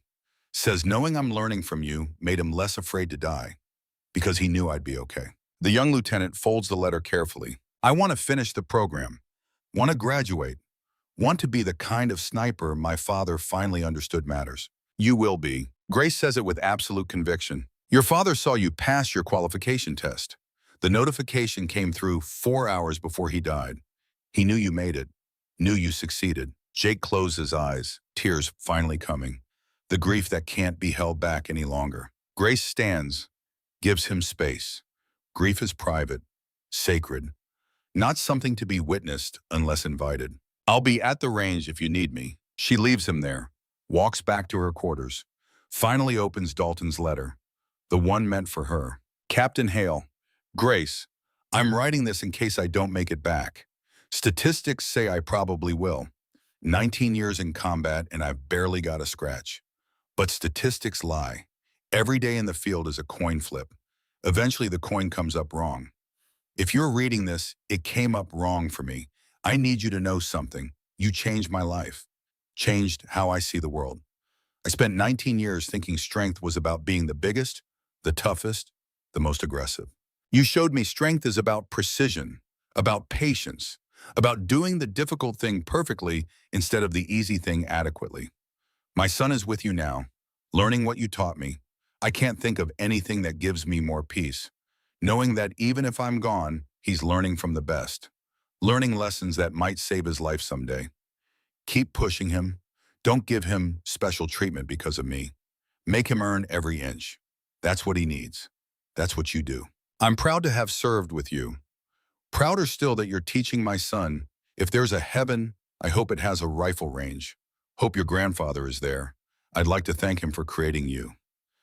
Eric Dalton, Master Sergeant, United States Army.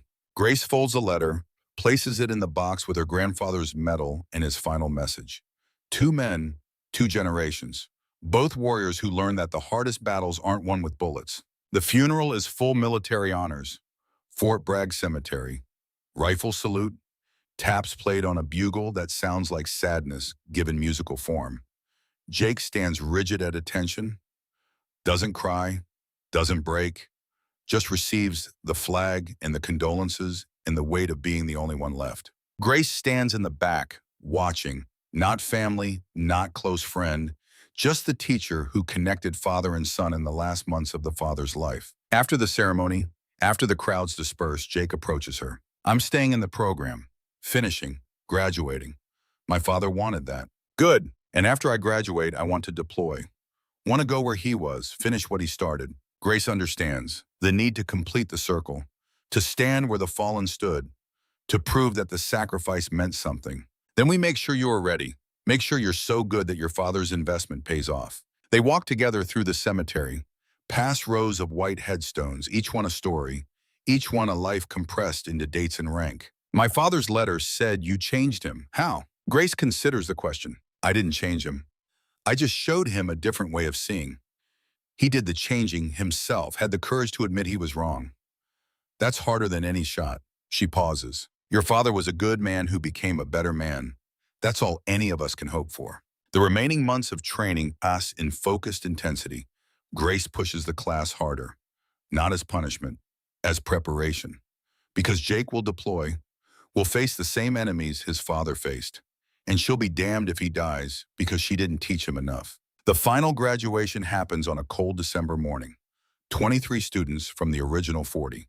23 snipers who can now make shots that most people think are impossible, who understand that marksmanship is mathematics and meteorology and patience compressed into a single perfect moment. Jake Dalton graduates top of class, not because of special treatment, because he worked harder than anyone else, because failure motivated him instead of destroying him, because his father's death gave him purpose instead of taking it away. Stone presents the graduation certificates, gives a speech about excellence and dedication and the long tradition of American snipers. It's professional, appropriate, forgettable. Then she invites Grace to speak. Grace wasn't expecting this, doesn't have prepared remarks, just walks to the front and looks at the 23 faces staring back at her. My grandfather trained me for 18 years, taught me everything he knew about sending bullets across impossible distances. But the most important thing he taught me wasn't about shooting, it was about passing knowledge forward. She pauses. Every shot you make going forward carries the accumulated experience of everyone who taught you. My grandfather, me, every instructor who gave you the skills to succeed. You're not individuals anymore. You're links in a chain that stretches back 70 years. Grace holds up her grandfather's medal. This is from the Korean War. Chosen Reservoir. My grandfather earned it in 1952. He gave it to me with instructions to pass it to my best student when the time came. That time is now. She walks to Jake, holds out the medal. Not because you're the best shot. Lieutenant Ramirez actually has better scores. But because you understand what this represents. The sacrifice. The knowledge that connects all of us across generations. Jake takes the medal with trembling hands. Ma'am, I can't. Yes, you can. Your father asked me to teach you. I did. Now I'm asking you to carry this forward. To remember that every shot matters. Every life matters. Every choice ripples forward. The ceremony ends. The students disperse to their new assignments. Some to Afghanistan, some to specialized units, some to training commands where they'll teach the next generation. Jake lingers. What will you do now, ma'am? Grace looks at the empty range, at the steel targets waiting silent and patient for the next shooter. What I always do. Teach, prepare the next class, make sure they're ready for whatever comes. And if Alexei Volkov comes, then I deal with it. Same way my grandfather dealt with his father, same way I dealt with his brother. She looks at Jake, but that's my burden, not yours. You focus on your mission, your father's memory.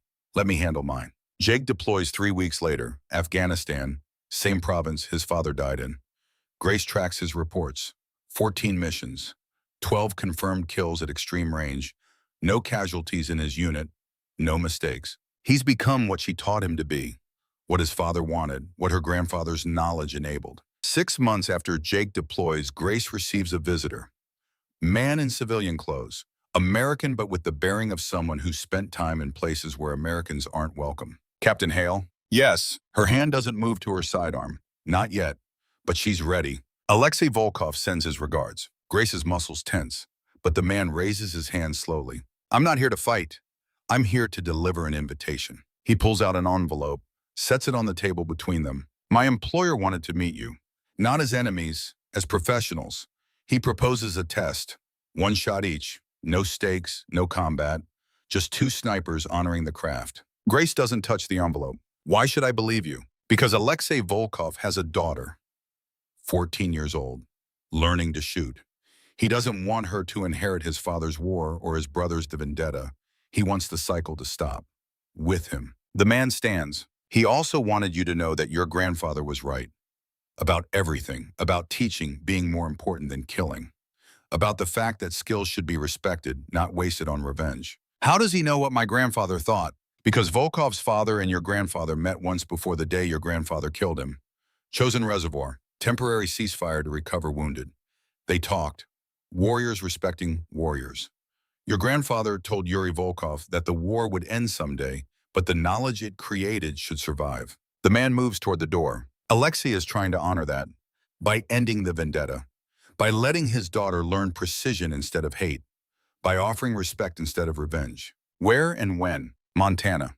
Your grandfather's ranch. 1 week from today, if you accept. After he leaves, Grace opens the envelope. Inside, a photograph. Alexei Volkov and a teenage girl at a shooting range. She's holding a rifle. He's teaching her stance. The image could be Grace and her grandfather. Could be any teacher and student across any war. Beneath the photo, coordinates. Her grandfather's ranch. And a note in English. Your grandfather killed my father honorably. You defeated my brother fairly. I have no grievance with you, but I would like to meet the woman who ended my family's war, to see if the stories are true, to offer my daughter a different example than the one I inherited. One shot each. Witnesses present. No combat, just respect between professionals. If you decline, I understand. The debt is paid. The cycle ends. But if you accept, perhaps we both learn something. Alexei. Grace stands at the window of her quarters, thinking, calculating. Not ballistics this time. Risk and reward. Trust and verification. Her grandfather's voice comes to her. Sometimes the bravest shot is the one you choose not to take. But sometimes walking away from a fight requires more courage than starting one. She makes her decision. 1 week later, Grace stands at her grandfather's ranch in Montana, the place where everything started. Reed is here. Stone. Jake on emergency leave from Afghanistan. And 20 yards away, Alexei Volkov. He's 56, gray at the temples, calm eyes. Beside him, his daughter Katya, and 2 Russian security personnel who've been cleared by CIA. The rules are simple. 1 shot each. Steel target at 1,800 yards. Identical rifles. Identical ammunition. No competition, just demonstration. Acknowledgement between professionals who've spent their lives mastering the same craft. Alexei shoots first. He settles behind the rifle with the ease of someone who's done this 10,000 times. Breathing slows, body stills. The shot comes almost as a surprise. Clean, professional. The steel target rings, dead center. He stands, offers the rifle to Grace. Your turn, Captain Hale. Grace takes the rifle, settles into position. The ranch, the mountains, the same wind her grandfather taught her to read at age 8. Everything familiar, everything home. She finds the target, calculates, breathes, fires. The target rings. Same point of impact, identical precision. Alexei nods slowly. Your grandfather would be proud. As would my father, I think. 2 professionals at the peak of their craft. He pauses. I came here to see if the stories were true. The 4,600-yard shot, the precision that chose capture over kill. The teacher who creates other teachers. The stories are true. You are worthy of Flint Hale's name. Grace stands, faces him directly. Your brother died with honor. Soldier to soldier. I gave him that. Alexei meets her eyes. I know. That's why I'm here. To end what should never have begun. My father died in war. My brother died seeking glory in someone else's war. I choose differently for Katya. He gestures to his daughter. She will learn to shoot, to calculate, to master the craft, but she will shoot steel, not people. She will teach others, not hunt them. The cycle ends here. Cycle. Grace looks at the girl, sees herself at 14, sees potential and possibility, and a future not defined by the past. If she wants to learn, truly learn, send her to me in 5 years. I'll teach her what my grandfather taught me. Alexei's face shows surprise. You would do this? Train the granddaughter of the man your grandfather killed? Grace looks at the mountains, at the ranch, at everything her grandfather built. My grandfather taught me that knowledge transcends conflict. That skill should be shared, not hoarded. If your daughter wants to be the best, I'll teach her. Not because I forgive the past, because I refuse to let it define the future. They shake hands. 2 warriors from opposing families. 2 teachers choosing a different path than their fathers. Alexei and his daughter leave. The security teams withdraw. Grace is left with Reed, Stone, and Jake. You just offered to train a Volkov. Stone says it was something approaching disbelief. I offered to train a student. The name doesn't matter, the dedication does. Grace looks at Jake. Your father learned that.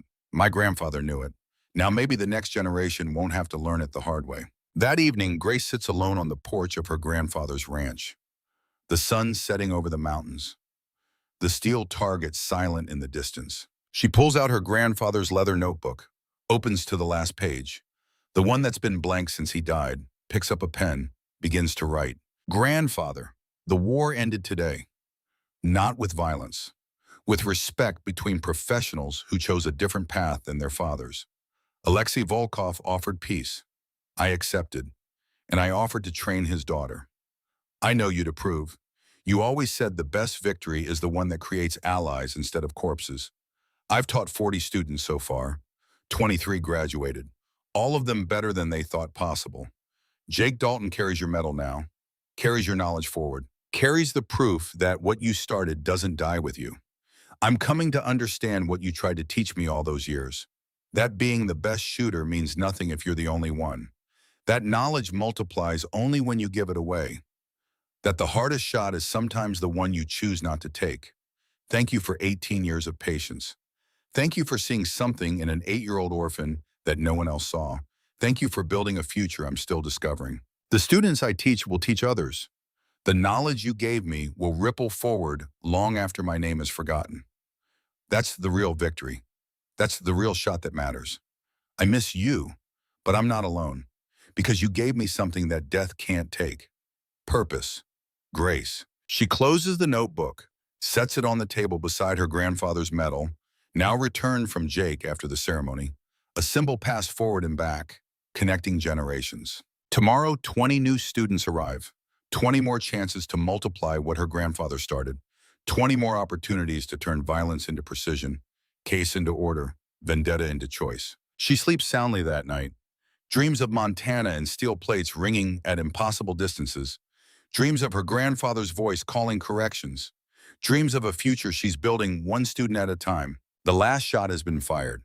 The first lesson begins, and the cycle of violence finally, mercifully ends. Not with a bang, but with patient teachers turning students into professionals, one perfect shot at a time. In 5 years, Katya Volkov will arrive at Fort Bragg. Grace will teach her everything. And the granddaughter of the man Flint Hale killed will become one of the finest snipers the Army has ever produced. She'll deploy, she'll save lives, she'll teach others. And somewhere in whatever space exists between memory and hope, 2 old warriors who spent their lives as enemies will finally find peace, because their children chose a different way. The war never ends, but the warriors do. And when they pass their knowledge to those who choose precision over revenge, purpose over pride, teaching over killing, that's when something more powerful than any bullet is born. Understanding, respect, and the choice to be better than the generation before. Grace Hale has become that choice, has created more of them, will create more still. The impossible shot was fired, the harder choice was made, and the world is safer for it. Not because one woman could shoot farther than anyone thought possible, but because she chose to teach rather than hoard, to offer peace rather than accept endless war, to believe that even the granddaughter of an enemy deserves the chance to be extraordinary. That's the real legacy, that's the real victory, and that's the last shot that truly matters. I spent weeks researching this story because something about Grace Hale kept me awake at night. Here's a woman who could have demanded respect from day one, 10 championship wins, 18 years of training, but she chose invisibility. Why? Her grandfather taught her that patience is a weapon, that the quiet professional outlasts the loud amateur. What struck me most wasn't the 4,680-yard shot. It was her choice to wound instead of kill, to teach instead of accumulate body counts. That's the warrior code our generation understands. What's your take? Did she make the right call, sparing Volkov? Would love to hear from fellow vets below.